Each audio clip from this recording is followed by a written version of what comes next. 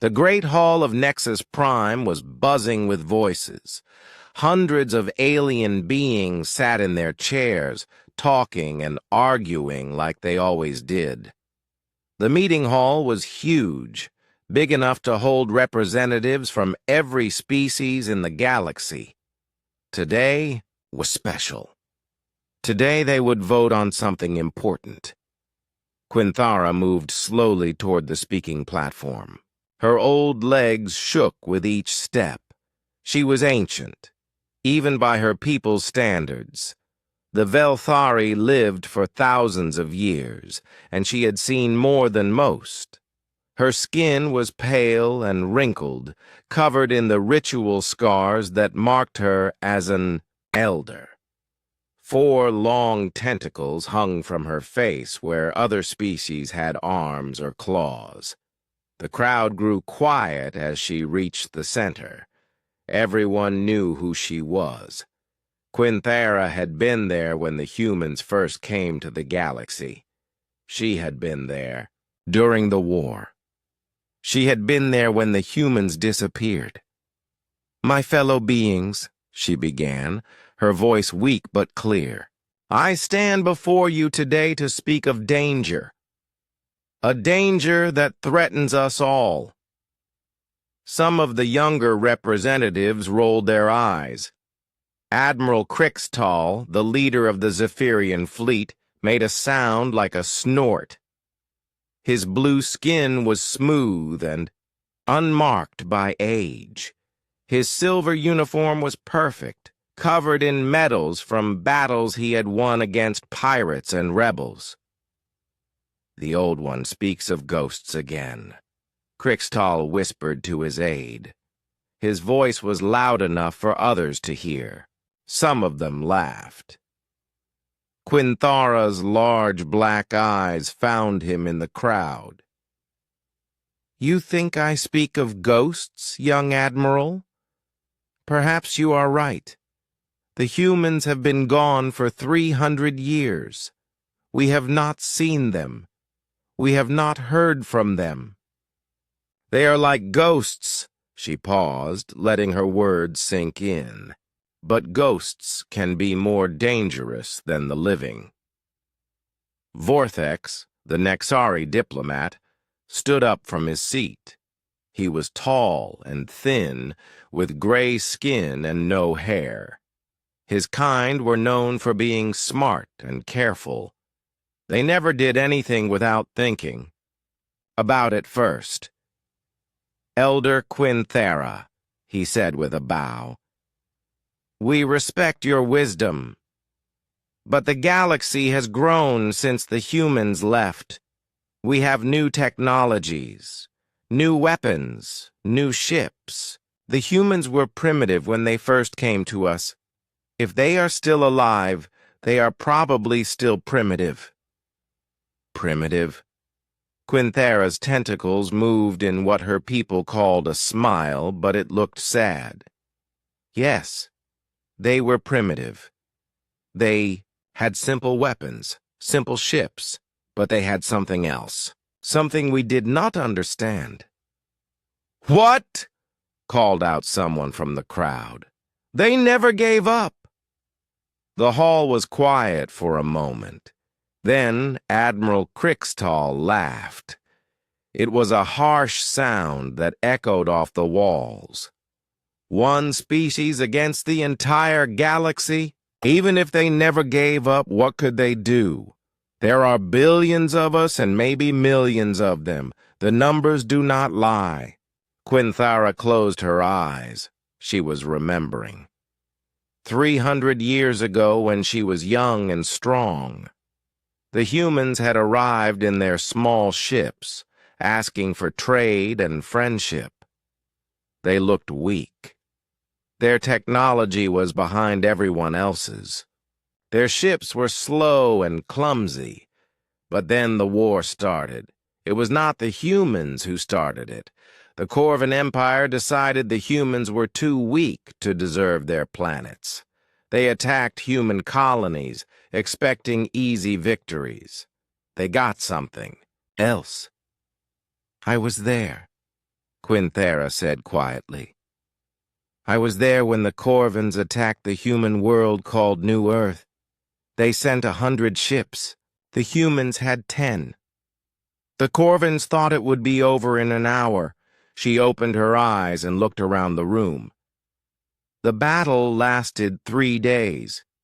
When it was over, the Corvins had 3 ships left. The humans had 1. But the human ship was still fighting. Ancient history, Vortex said with a wave of his hand. The Corvins were not prepared. They underestimated their enemy. We will not make the same mistake. Will you not? Quinthara asked. Then tell me, diplomat, what happened to the Corvin Empire? Vortex was quiet. Everyone in the hall knew the answer. The Corvin Empire was gone, wiped out completely. Their worlds were empty now, used as mining colonies by other species. The humans did that, Quinthera continued. In 6 months, they destroyed an empire that had ruled for 1,000 years. And when we asked them how, do you know what they said? No one answered. They said it was easy. The Corvins had rules for war. The humans did not. Admiral Crixtall stood up, his medals jingling. Elder, with respect, you are frightening children with old stories. Yes, the humans won some battles 300 years ago, but then they ran away. They hid in the edge of the galaxy like scared animals. That does not sound like a dangerous enemy to me. They did not run away, Quinthera said. Her voice was getting stronger. They chose to leave. There is a difference. What difference? An animal runs away because it is afraid. A hunter leaves because it is done hunting. The hall erupted in noise. Representatives were shouting at each other in dozens of languages. Some were laughing at the old elder. Others were arguing about what to do with the human territories on the edge of the galaxy. Quinthara waited for them to calm down. When they were quiet again, she spoke once more. 300 years ago, after the war, I met with the human leader. His name was Commander Johnson. I asked him why his people were leaving, why they were going to the empty worlds where nothing lived. She paused, her tentacles trembling. He told me something I have never forgotten. He said his people had learned something terrible about themselves during the war. They had learned that they could hate so much that they would destroy everything, even themselves, rather than lose. He said they were leaving because they did not trust themselves to stop if another war started. Nonsense, Admiral Crixtall said. If they were so dangerous, why did they leave? Why did they not conquer us all?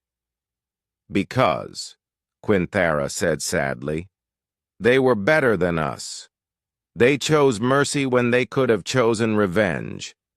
They chose isolation when they could have chosen domination. She looked around the hall one more time. So many young faces, so many beings who had never seen real war. They thought war was about who had the biggest ships or the best weapons. They did not understand. I am old, she said. I will not live to see what happens if you vote to take their worlds. But I will tell you this. The humans did not spend 300 years hiding. They spent 300 years preparing. If you force them to fight again, you will learn what they learned about themselves. And by then it will be too late. The vote was called. One by one, the representatives cast their votes. Take the human territories. Use them for mining and farming. What could the humans do to stop them?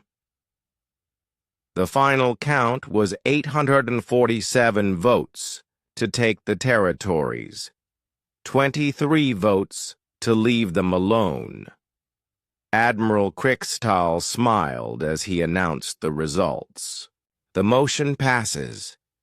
We will expand into the former human territories. They have had 300 years to come back if they wanted to keep those worlds. Since they have not, we will take them. Quinthera stood up slowly. She was tired, more tired than she had ever been. She walked toward the exit, her old legs shaking with each step. At the door, she turned back one last time. "You have doomed us all," she said. Then she was gone, leaving behind a hall full of beings who thought they had just made a smart decision. They would learn soon enough how wrong they were. The message came through the quantum relay just after breakfast. Captain Lee Dae-ho was drinking his morning coffee when the communication officer called him to the bridge. The coffee was real coffee, grown in the hydroponic gardens of New Busan. It was one of the small pleasures of frontier life. "Captain, we have an official transmission from the Galactic Council," Officer Kim said. She was young, maybe 25, with short black hair and serious eyes. Priority Alpha. Dae-ho set down his cup and walked to the captain's chair. The bridge of the indomitable spirit was small and cramped. The ship was old, built 50 years ago when humanity still tried to make their vessels look like the sleek council designs. It had not aged well. "Put it on the main screen," he said. The image flickered to life. Admiral Kriegstahl appeared, his blue skin gleaming under perfect lighting. His silver uniform was spotless. Behind him stood other council, representatives, all looking very official and important. "To all human settlements in council space," Kriegstahl began, "by order of the Galactic Council, you are hereby required to evacuate all territories within 30 systems of the galactic core. You have 1 solar rotation to comply. Any humans remaining after this deadline will be removed by force." Dae-ho felt his coffee turn cold in his stomach. 30 systems. That was everything. All the human colonies, all the trading posts, all the research stations, millions of people. "Furthermore," Kriegstahl continued, "these territories are now claimed by the Council for development and expansion. This decision is final and not subject to appeal." The message ended. The bridge was quiet, except for the hum of the ship's engines. "Day," Officer Kim said quietly. "They want us to pack up 300 years of civilization in 1 day." Dae-ho nodded. He was thinking fast. The Council had over 10,000 ships. Humanity had maybe 300 in all their colonies combined. The smart thing to do would be to start the evacuation immediately. Load up the transport ships and run for the outer rim. But something felt wrong. The timing was too convenient.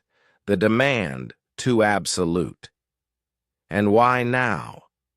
Humanity had been quiet for centuries. They had not bothered anyone. "Open a quantum channel to Earth Command," he ordered. "Priority Alpha. I need to speak with Admiral Park." It took 10 minutes to establish the connection.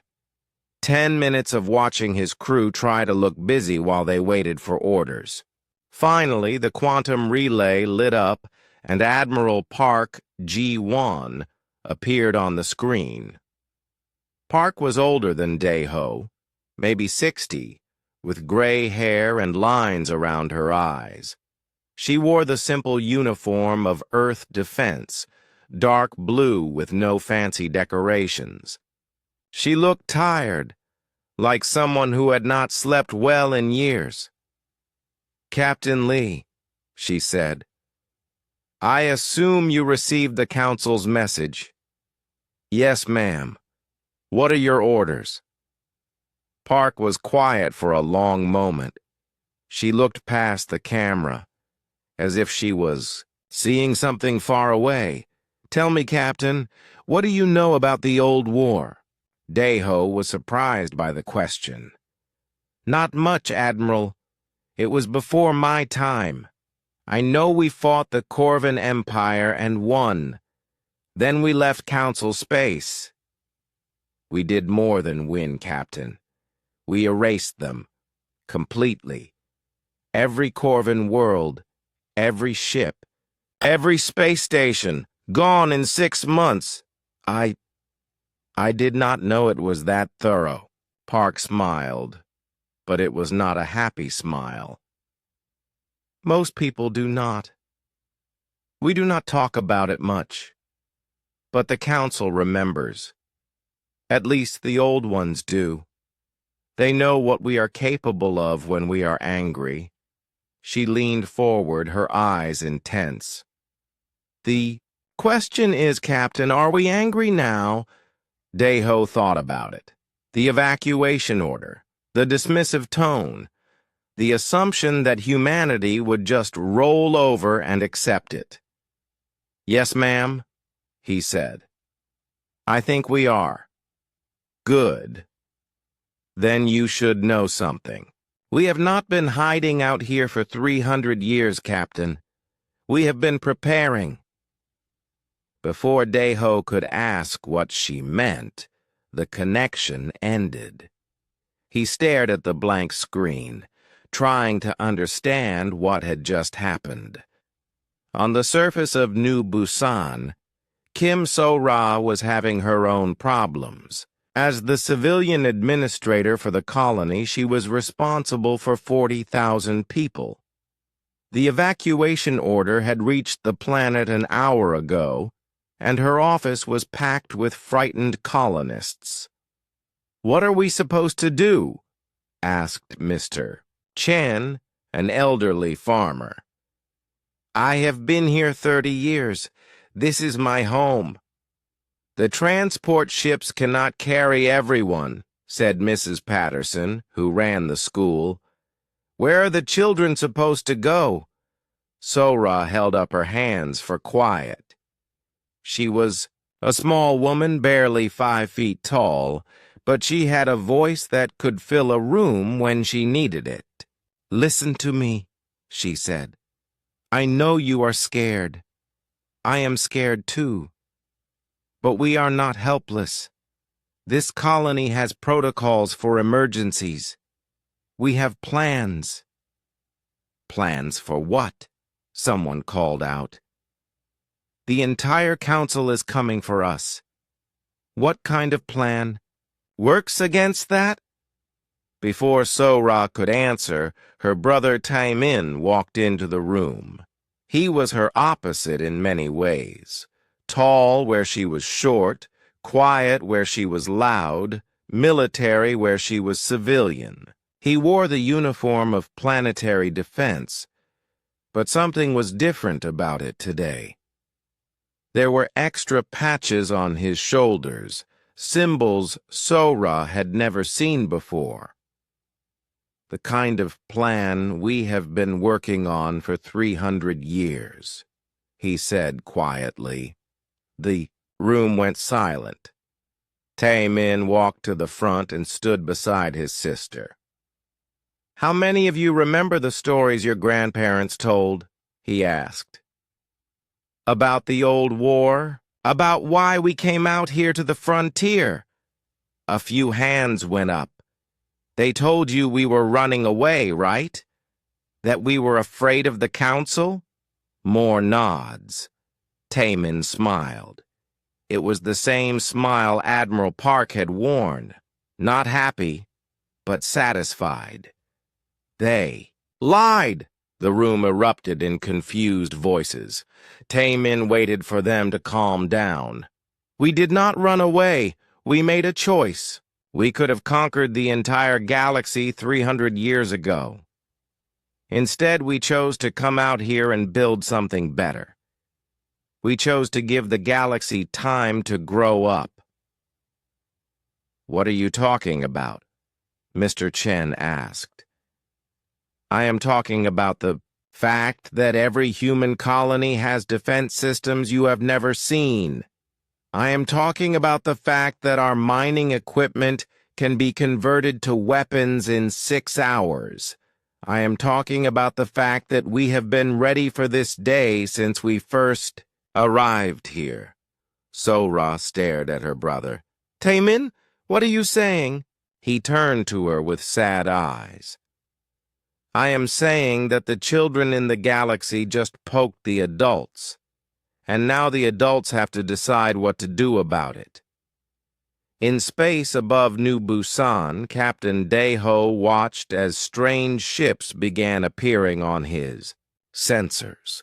They came from everywhere, from behind asteroids, from inside the gas giant's rings, from coordinates that should have been empty space. Ships he had never seen before with designs that hurt to look at. Captain, Officer Kim said, her voice shaking. I am reading hundreds of contacts. They just appeared out of nowhere. Are they council ships? No, sir.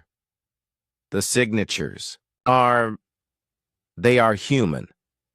But I have never seen designs like these. Daeho activated the ship-wide communications.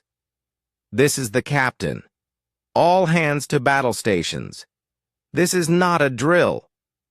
As alarms began to sound throughout the ship, he opened a channel to the mysterious fleet.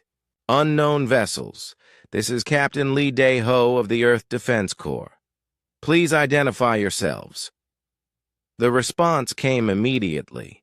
The voice was human, but there was something different about it. Something that made Daeho's skin crawl. This is Commander Jang Yu-jin of the Deep Fleet. We have been waiting a long time for this day, Captain Lee. The Deep Fleet? I have never heard of any Deep Fleet. Most people have not. We have been out there, in the dark between the stars, getting ready. The Council wants to play games with humanity? Fine. Let us play. On the planet below, Taemin was activating systems that had been hidden for generations. Ancient protocols that had been passed down from father to son, mother to daughter, for 300 years. The mining lasers powered up first, then the automated factories, then things that had been sleeping under the ground, waiting for this moment. Sora watched her brother work with growing horror and fascination. How long have you known? Since I was 18.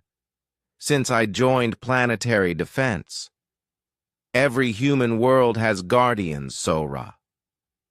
People who remember what we really are. And what are we? Taemin looked up from his console. His eyes were bright with something that might have been excitement or fear. We are the species that destroyed the Corvan Empire in 6 months. We are the species that chose mercy when we could have chosen conquest. We are the species that has been preparing for this day for 300 years. He pressed a final button. Across New Busan, hidden systems came online. The planet itself began to change, revealing the truth it had hidden for so long. And now, Taemin said quietly, the galaxy is going to remember why the elders told them not to challenge humans. Dr. Choi Min-ah woke up to the sound of alarms.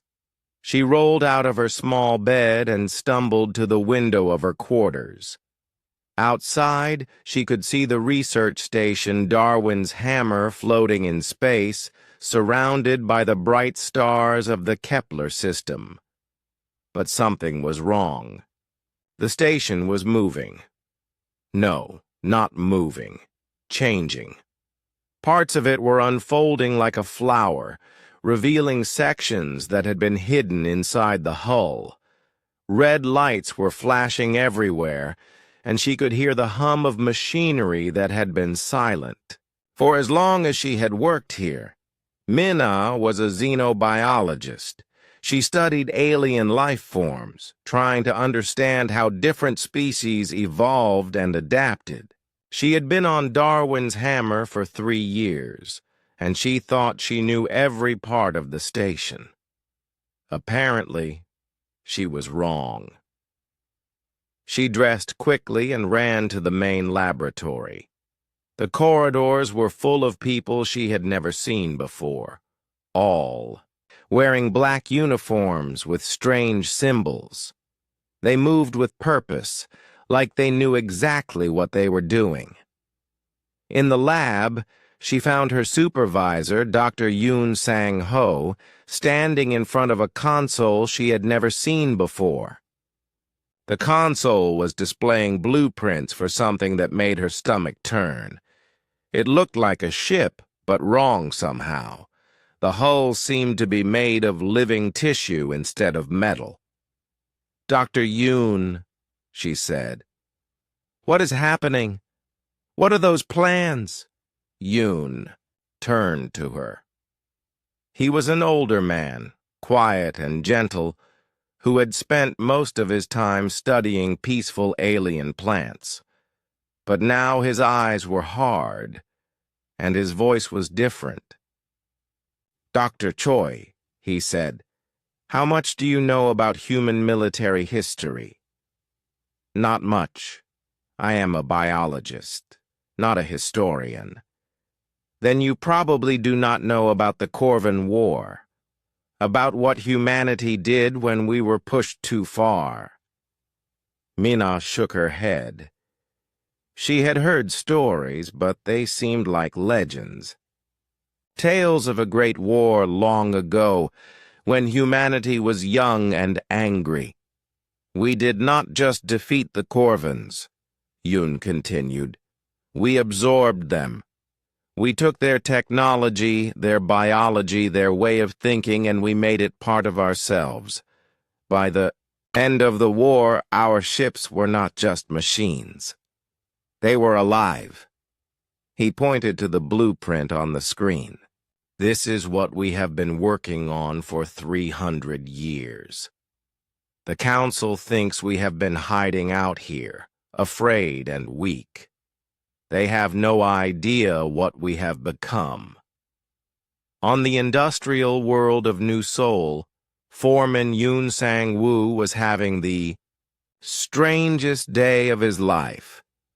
He had been overseeing mining operations for 20 years, and he thought he knew everything about the equipment. But when the alarm started this morning, his workers began converting the mining lasers into something else entirely. "Sir," said his assistant, Park Mi-young, "the conversion protocols are in the computer. They have been there all along, but they were locked. Now they are active." Sang-woo watched as giant mining mechs transformed into war machines. Plasma cutters that had been used to slice through asteroids were being modified to cut through ship armor. Cargo haulers were being fitted with weapons that looked like they belonged in a nightmare. "How long have these plans been here?" he asked. "According to the files, since the colony was founded, 60 years ago." 60 years? But why? Park Mi-young was quiet for a moment. Then she showed him a classified file that had just been unlocked. It contained a single line of text. "Because humanity always prepares for the next war." In deep space, Captain Hong Yunji guided her ship through the darkness between stars. The Shadow's Edge was a reconnaissance vessel built for stealth and speed. For the past week, she had been infiltrating Council space, gathering intelligence on their military capabilities. What she had found terrified her. The Council had assembled the largest fleet in galactic history, over 10,000 ships from 12 different species, all gathering at the staging area near Vega Prime. The fleet was massive, overwhelming, designed to crush any resistance completely. But as Yunji watched through her ship's sensors, she began to notice something strange. The Council ships were using old tactics, old formations, old ways of thinking about war. They were preparing to fight the humans they remembered from 300 years ago. They had no idea what they were really facing. Yunji activated her quantum transmitter and sent a message back to human space. This is Shadow's Edge. Enemy. Fleet composition confirmed. They are bringing everything they have. Recommend activation of Prometheus Protocol. The response came back immediately. Confirmed. Prometheus is authorized. Good hunting, Captain. Yunji smiled grimly. Prometheus. Protocol. She had hoped she would never see it used. But if the Council wanted to bring their entire military might against humanity, they would learn what 300 years of preparation could accomplish. On Earth, deep beneath the city of Neo-Tokyo, historian Namho Seok walked through archives that few people knew existed. The underground facility stretched for miles, filled with records and artifacts from humanity's past. Most of it was mundane: tax records, shipping manifests, personal letters. But some of it was classified at levels that required genetic verification to access. Hosiok had just received clearance to access the Corvin War files. Real files, not the sanitized versions taught in schools.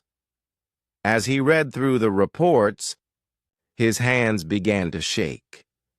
The official story was that humanity had fought a war against the Corvin Empire and won. The truth was much darker. Humanity had not just defeated the Corvins, they had hunted them across the galaxy like animals.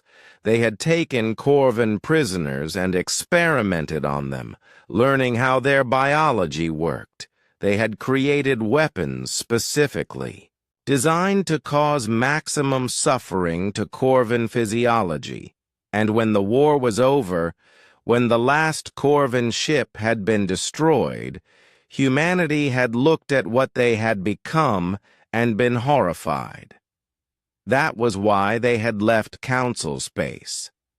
Not because they were defeated, but because they were afraid of themselves. They had seen what they were capable of when they truly hated something, and they had chosen isolation rather than risk doing it again. But 300 years had passed.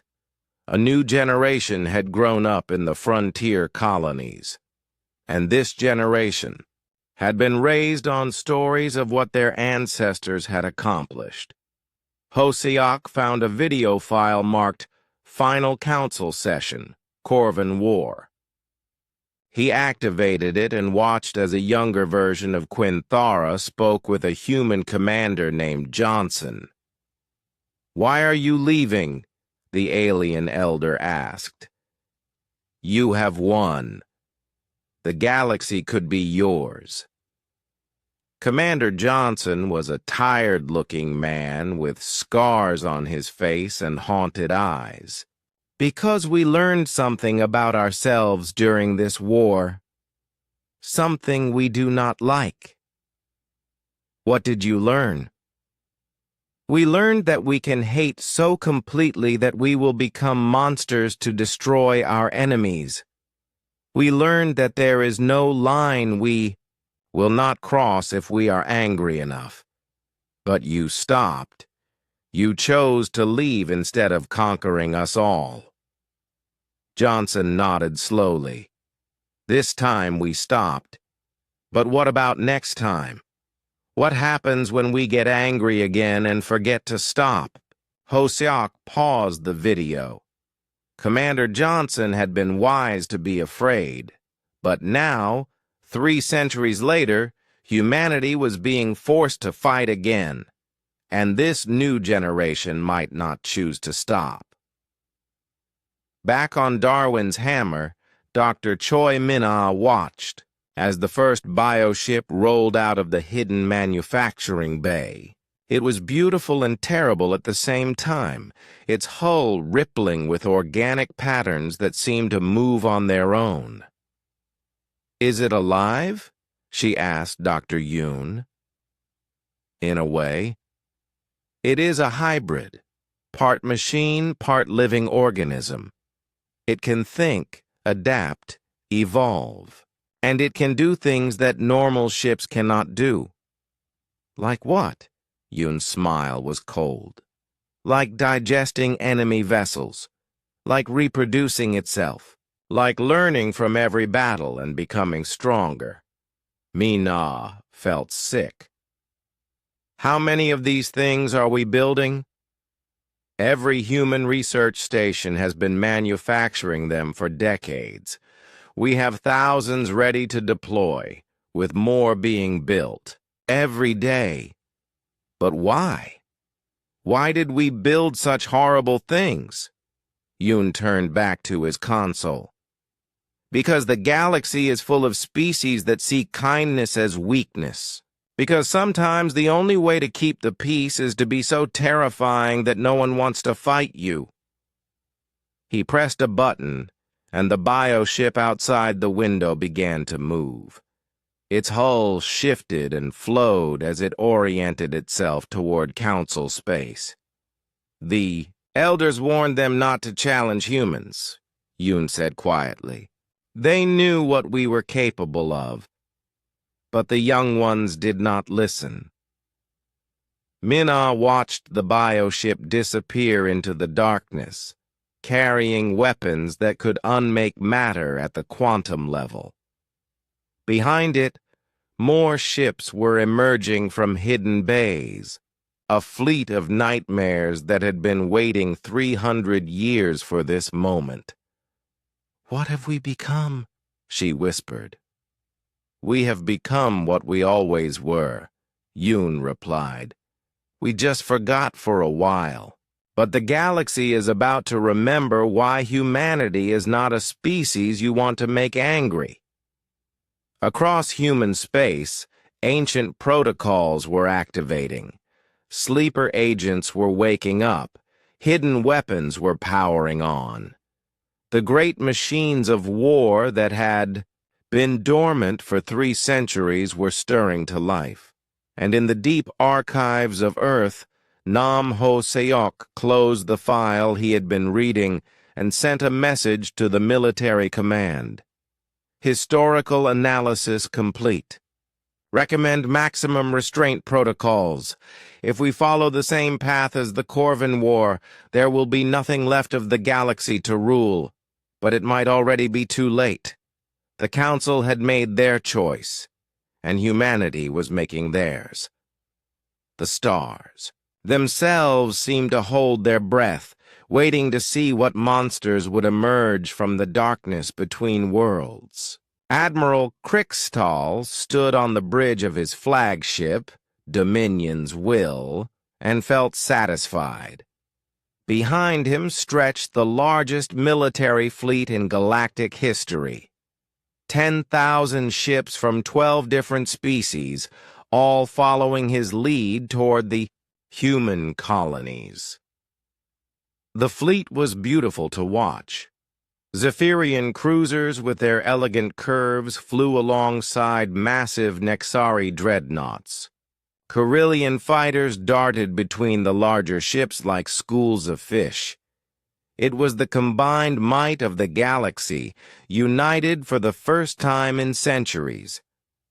"Admiral," his aide reported, "we are approaching the Kepler 442 system. The human colony. World should be just ahead." "Good," Krixtal said. "What are our scouts reporting?" "The planet appears to be evacuated, sir. No large concentrations of life signs. No ships in orbit." Krixtal nodded, just as he had expected. The humans had run away when they saw the size of his fleet. It was disappointing, really. He had hoped for at least a small fight, something to justify bringing so many ships. "Take us into orbit," he ordered. "We will establish a garrison and begin mining operations immediately." The fleet moved forward, confident and slow. There was no rush. The humans were gone, and the galaxy belonged to the Council. That was when the stars began to move. "Admiral," the censor officer called out, his voice tight with confusion. "I am reading. I am not sure what I am reading." "Explain." "Multiple contacts, sir, coming from everywhere. They were not there a moment ago, and now they are." On the IM main screen, space around the fleet began to fill with ships. But these were not like any ships in the Council databases. They were organic-looking, with hulls that seemed to shift and flow like living skin. Some were small, no bigger than fighters. Others were massive, larger than anything the Council had ever built. "How many?" Krixtal asked.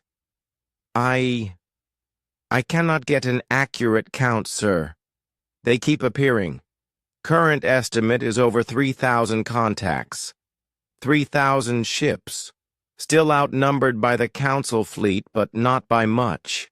And where had they come? From?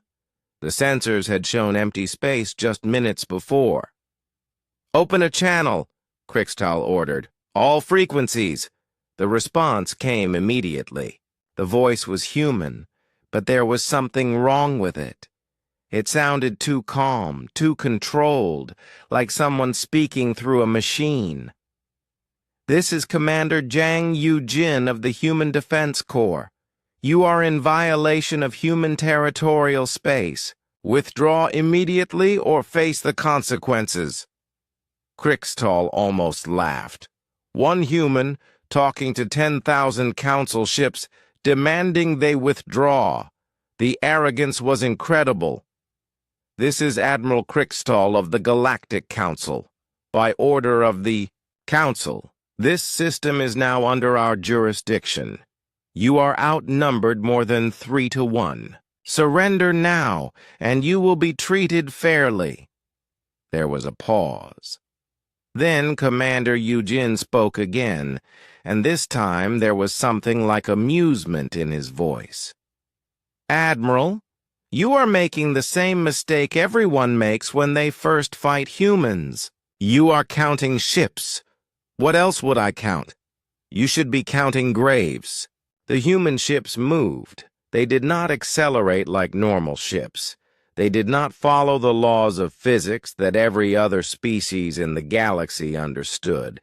They simply moved, faster than anything had a right to move, like they were tearing holes in space itself. The first wave hit the Council fleet before anyone could react. Weapons that looked like living things reached out from the human ships and touched the Council vessels. Where they touched, the Council ships began to dissolve, not explode, dissolve, like they were being eaten by invisible acids. "Evasive maneuvers," Krixtal shouted. "All ships, evasive maneuvers." But the Council ships were too slow, too predictable. They had been designed to fight other Council ships, using tactics that were thousands of years old. The human ships moved like predators, striking and vanishing before the Council could respond.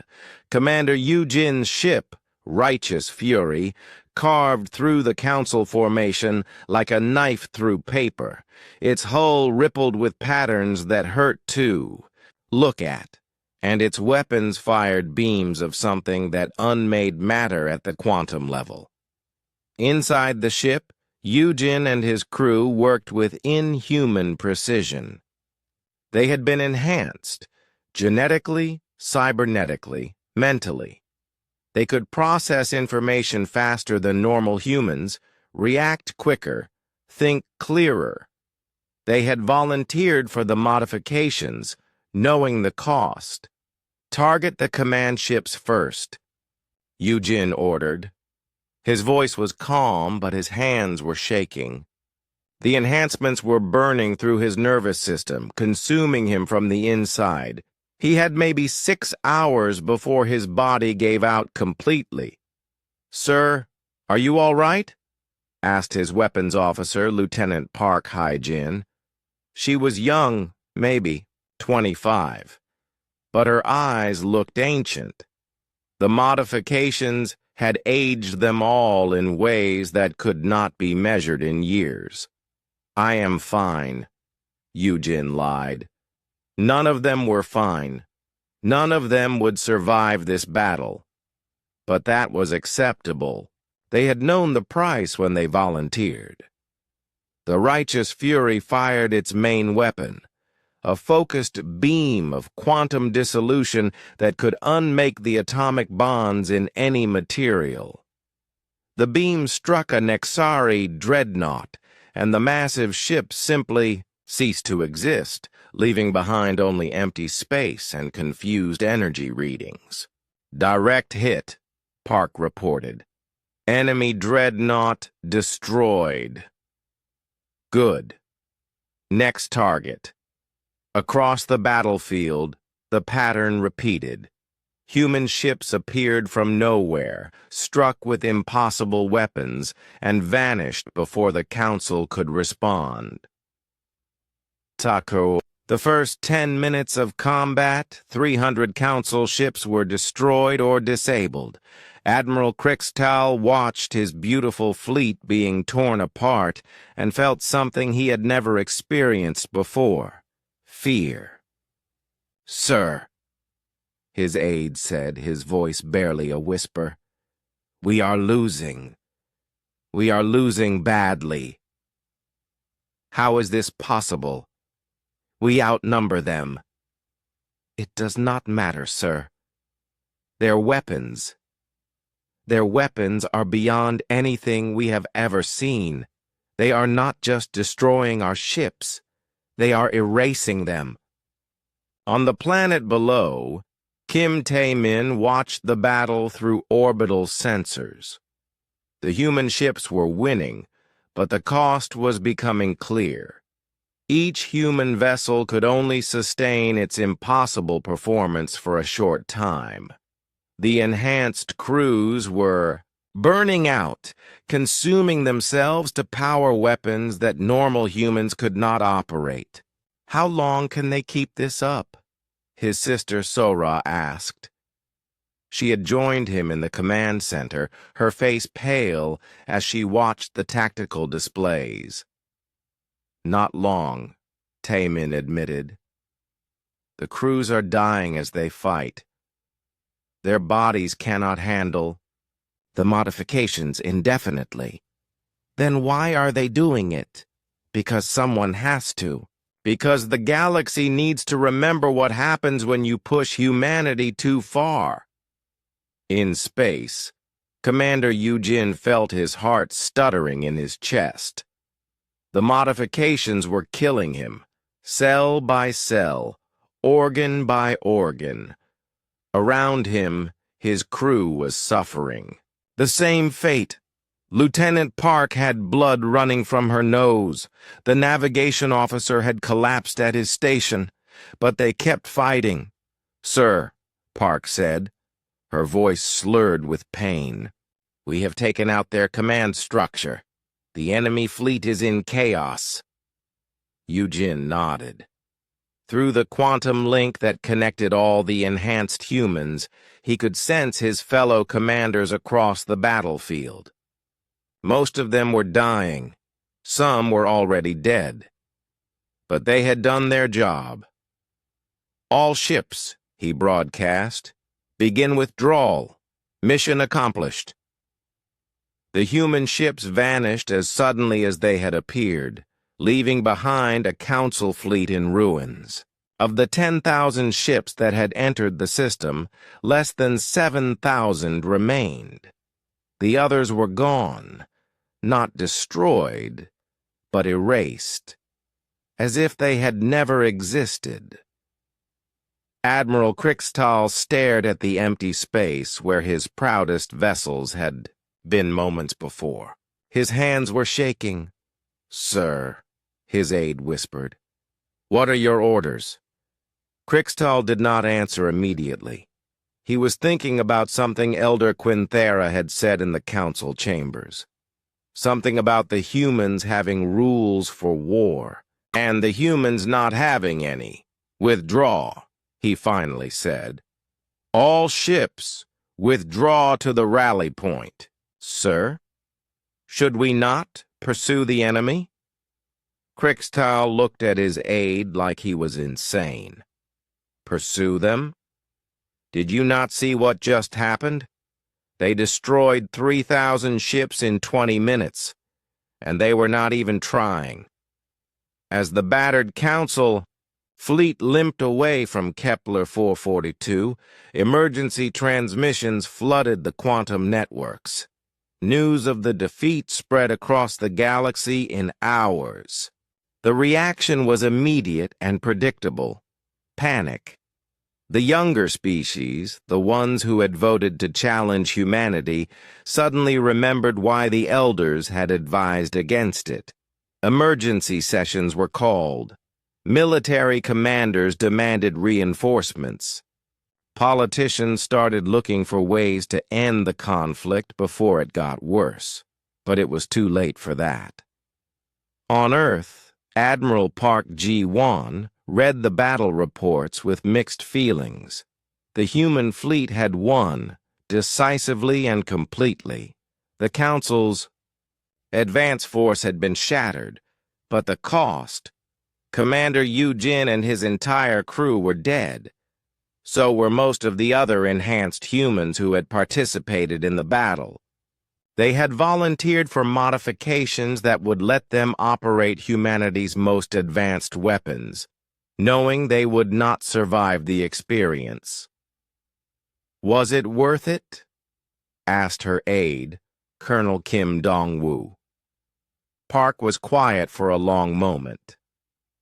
"Ask me that question in 100 years, Colonel. When we see what kind of galaxy we have built with their sacrifice." She turned to look out the window at Earth's blue sky.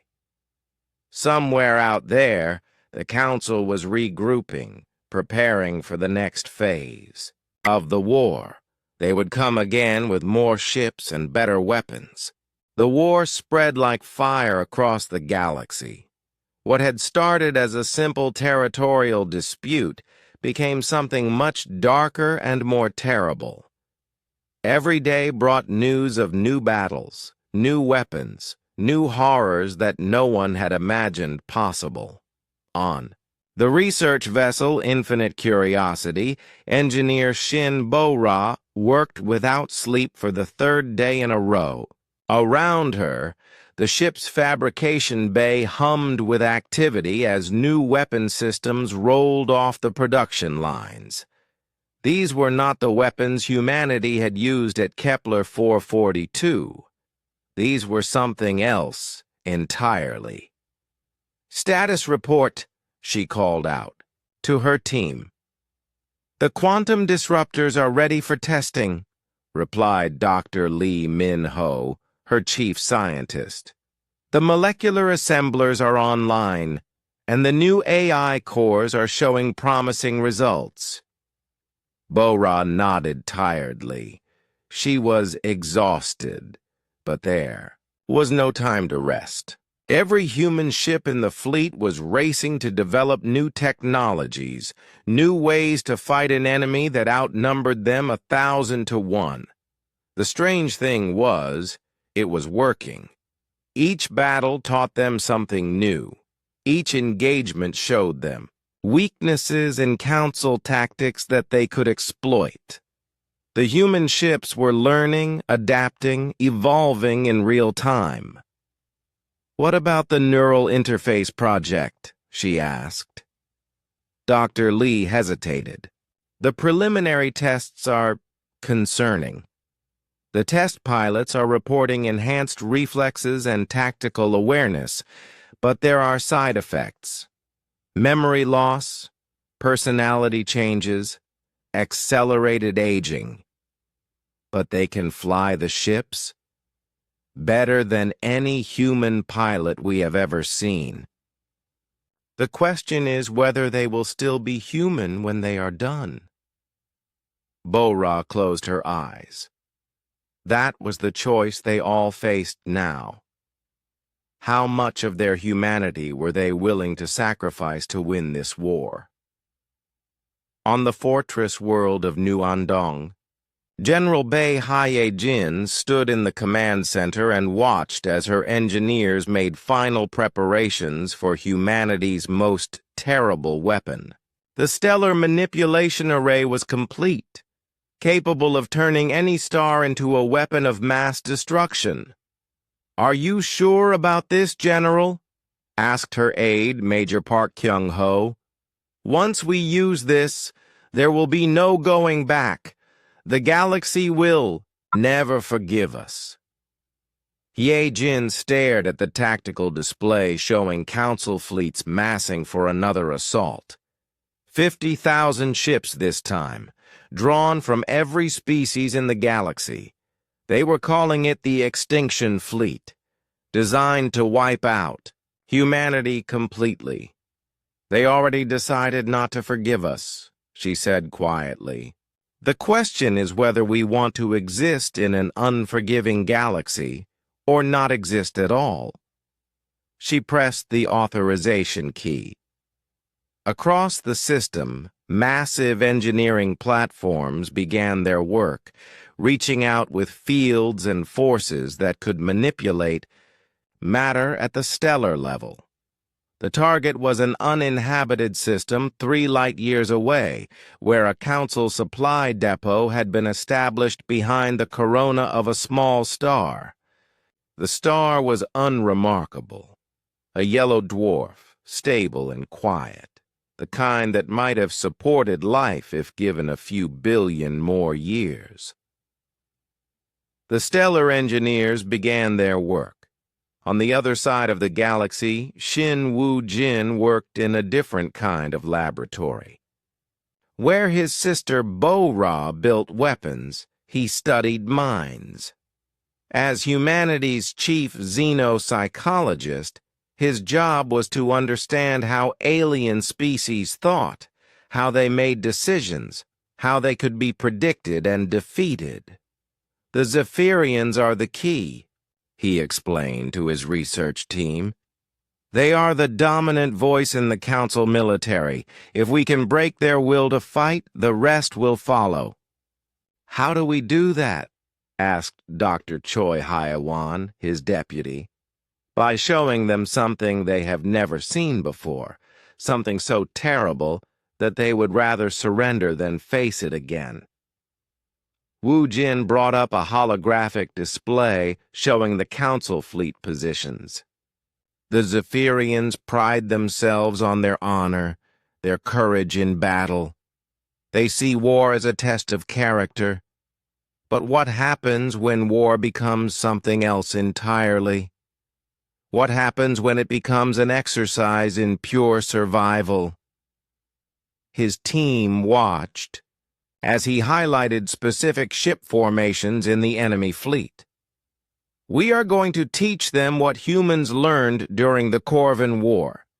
We are going to show them what happens when the rules of civilization break down completely.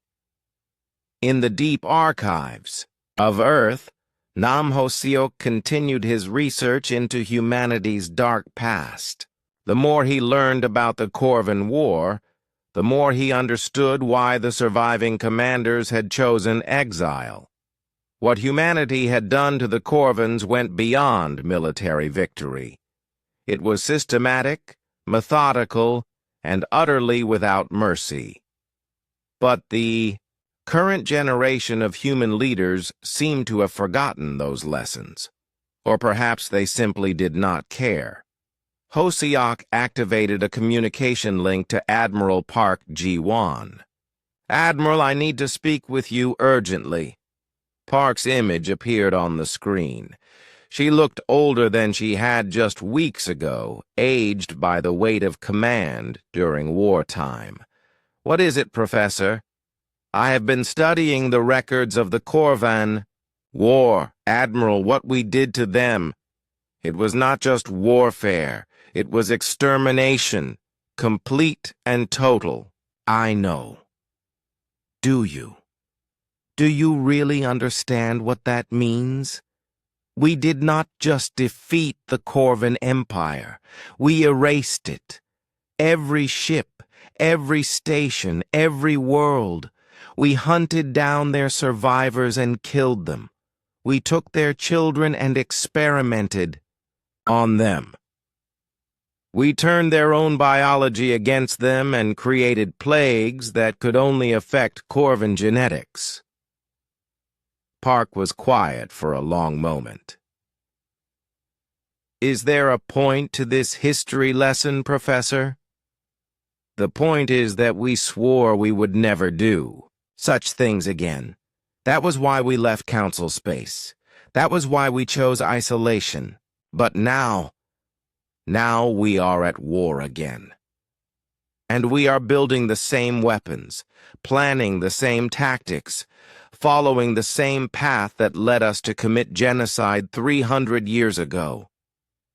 Park's expression was cold.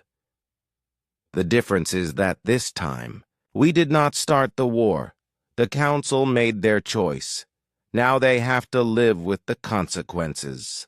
"What if there are no consequences to live with? What if we kill them all?" "Then the galaxy will be a safer place for our children." The communication ended, leaving Hosiok alone with his terrible knowledge. He understood now why the old commanders had been haunted by what they had done. And he could see the same darkness growing in the current generation of human leaders. The test of the stellar weapon came without warning.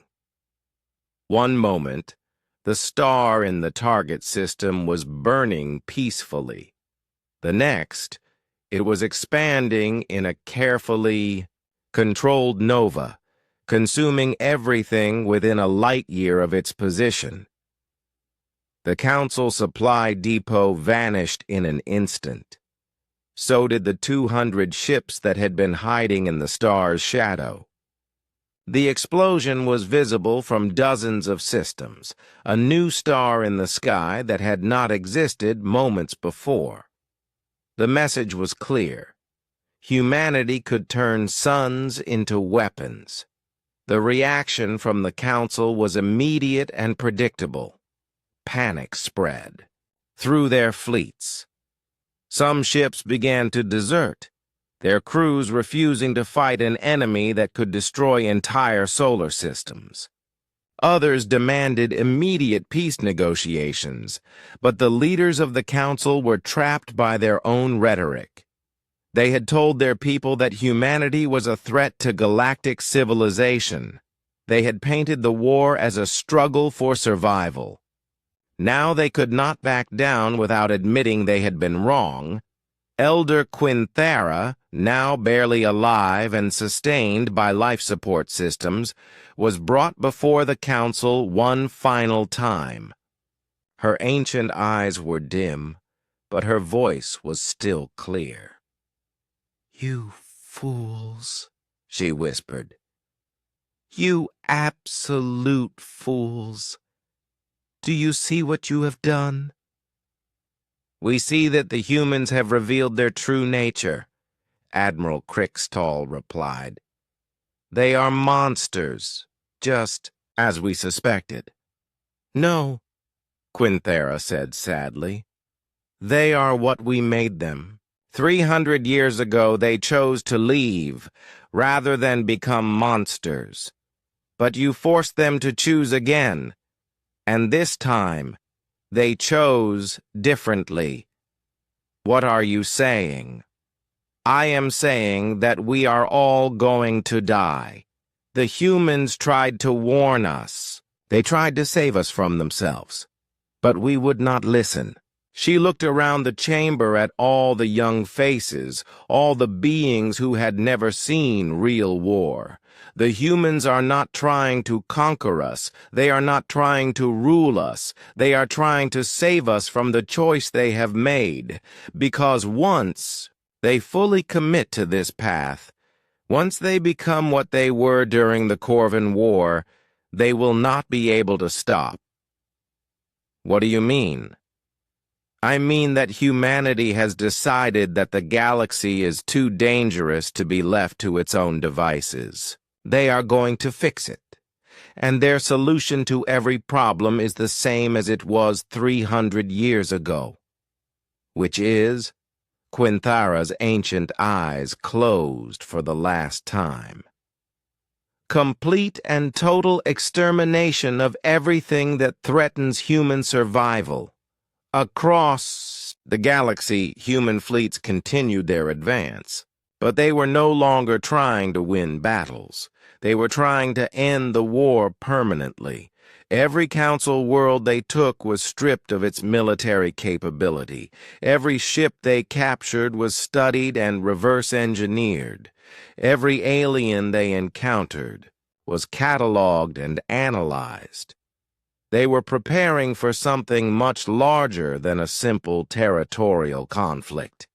They were preparing to remake the galaxy in their own image, and the stars themselves seemed to burn brighter, as if they knew what was coming. The final battle did not happen in space. It happened in the council chambers themselves, on Nexus Prime, where it had all started. Captain Lee Dae-ho walked through the corridors of the great station, his footsteps echoing in the empty halls. The station was not abandoned. There were still millions of beings living and working here, but they stayed out of sight. Everyone knew what was happening today. Dae-ho was different now. The war had changed him, just as it had changed all of humanity. His eyes held knowledge that no one should have to carry. He had seen things that would haunt him for the rest of his life, however long that might be.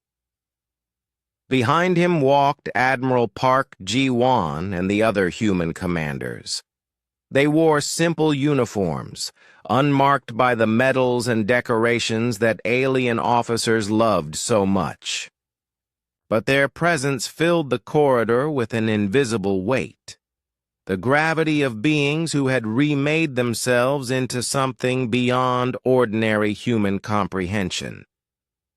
The council chamber was full when they arrived.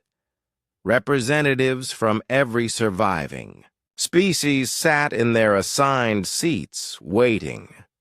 Many of the seats were empty now.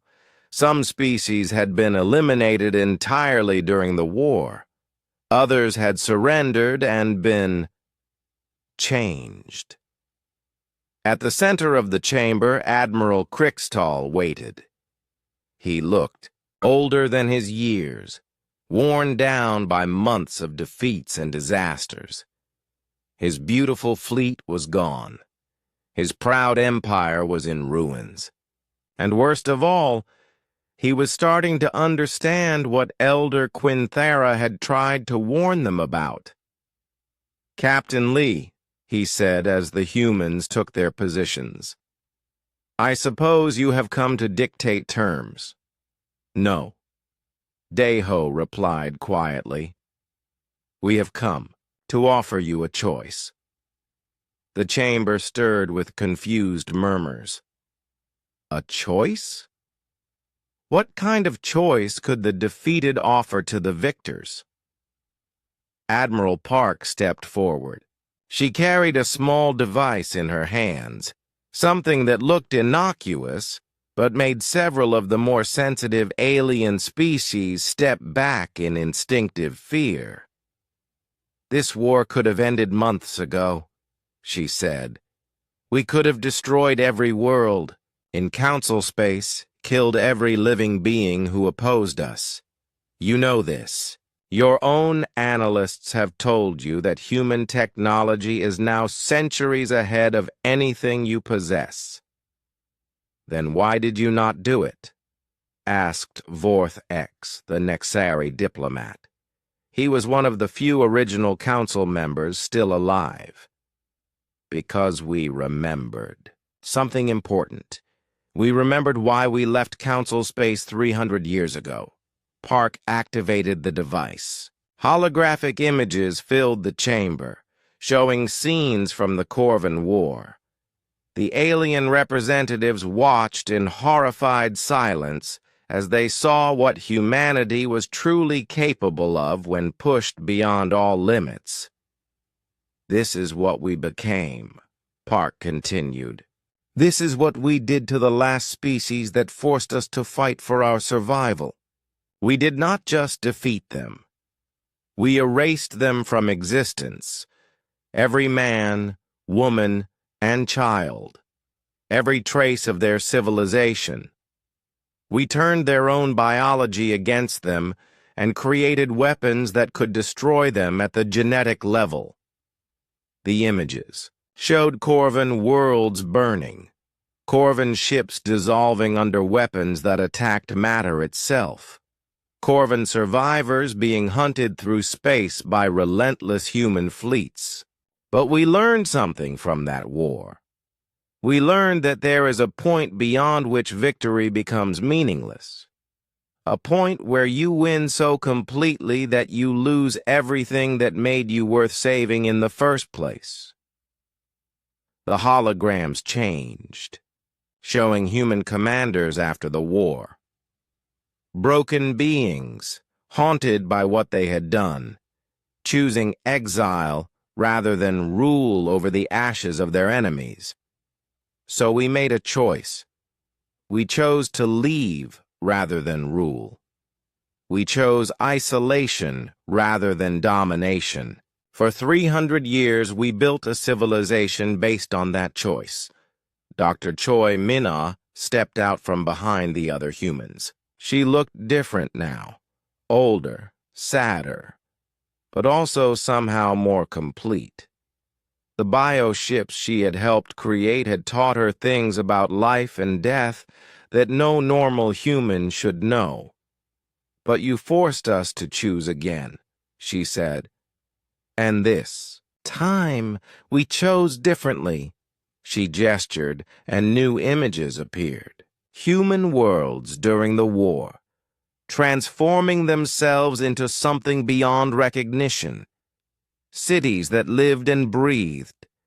Ships that could think and evolve. Weapons that could rewrite the laws of physics. We did not just fight you, Minna continued. We transcended you. We became something that your species cannot even comprehend, let alone defeat. What are you saying? Krixtal asked, though part of him already knew the answer. We are saying that the war is over, Park replied. Not because we have defeated you, but because we have outgrown you. You cannot threaten us anymore. Nothing in this galaxy can threaten us anymore. She looked around the chamber, meeting the eyes of every representative. But we remember what it felt like to be like you. We remember what it felt like to be afraid, to be weak, to make mistakes. And we remember the choice we made 300 years ago. Kim Sora stepped forward. She had become humanity's first ambassador to the new galactic order, though her job was unlike anything that title had ever meant before. "We offer you the same choice we made," she said. "You can continue to fight, continue to struggle against each other and against us. You can cling to your old ways, your old hatreds, your old fears, and eventually you will destroy yourselves." "Or," Vortex asked, "or you can let us help you become something better." The chamber erupted in angry voices. Help them? The humans were offering to help the people they had just conquered. "What does that mean?" Krixtal demanded. Sora smiled sadly. "It means we share what we have learned. It means we help you overcome the limitations that keep your species trapped in cycles of violence and fear. It means we guide you toward becoming something greater than what you are. You mean you want to change us, to make us like you?" "No," Sora said. "We want to help you become the best versions of yourselves. The humans you see before you are not the same species that left Council Space 300 years ago. We evolved. We grew. We became something that our ancestors could never have imagined." She gestured to her companions. "Captain Lee can perceive time differently now, seeing potential futures and choosing the best path forward. Admiral Park can communicate directly with our living ships, understanding their needs and desires. Dr. Choi has learned to work with biological systems that exist in dimensions we cannot even name." "And the cost?" asked one of the surviving elder representatives, a being whose species had wisely stayed neutral during the war. "The cost is that you have to trust us," Park replied. "You have to trust that we remember what it was like to be afraid.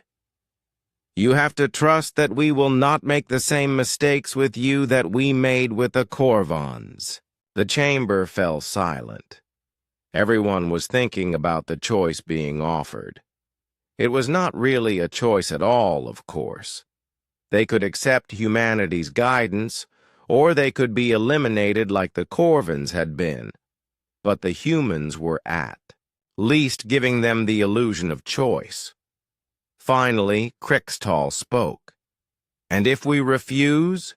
Deho answered, his voice carrying the weight of 3 centuries of human development. "Then we will leave you alone, just as we did before. We will withdraw to our own space and let you make your own mistakes. But this time, we will not come back. This time, when you destroy yourselves, and you will destroy yourselves, we will not be here to save you. You would let entire civilizations die? We would let them choose their own path, even if that path leads to extinction. That is what freedom means." The vote was not even close. Species after species chose to accept human guidance rather than face the alternative. Not because they trusted humanity, but because they were afraid of them. And perhaps that was enough to start with. Years passed. The galaxy began to change in ways that no one could have predicted. Under human guidance, species that had been enemies for millennia learned to work together. Technologies that had been used for war were converted to peaceful purposes. Worlds that had been barren wastelands bloomed with new life. Kim Sora, now old and gray, sat in her office on Nexus Prime and watched alien children playing in the station's parks. They were different from the children of her generation, smarter, kinder, more curious about the universe around them. They had been born into a galaxy where war was a historical curiosity rather than a constant threat. One of the children, a young Zephyrian girl approached her desk. "Ambassador Sora," she said in perfect human speech, "my teacher says that humans used to fight wars. Is that true?" Sora smiled and knelt down to meet the child's eyes. "Yes, it is true. We fought wars because we were afraid of each other. We thought that the only way to be safe was to make sure everyone else was too weak to hurt us." "But that is silly," the child said. "If everyone is weak, then no one can help anyone." "You are very wise for someone so young. It took us a long time to learn that lesson." "What changed?" Sora looked out the window at the peaceful station, at the ships from dozens of species docking together without fear or suspicion. "We learned that sometimes the only way to show someone you will not be pushed around is to become so strong that you could destroy them completely. But the real strength is not in the destroying. The real strength is in choosing not to use that power. The real strength is in helping others become strong too." The child nodded seriously and ran back.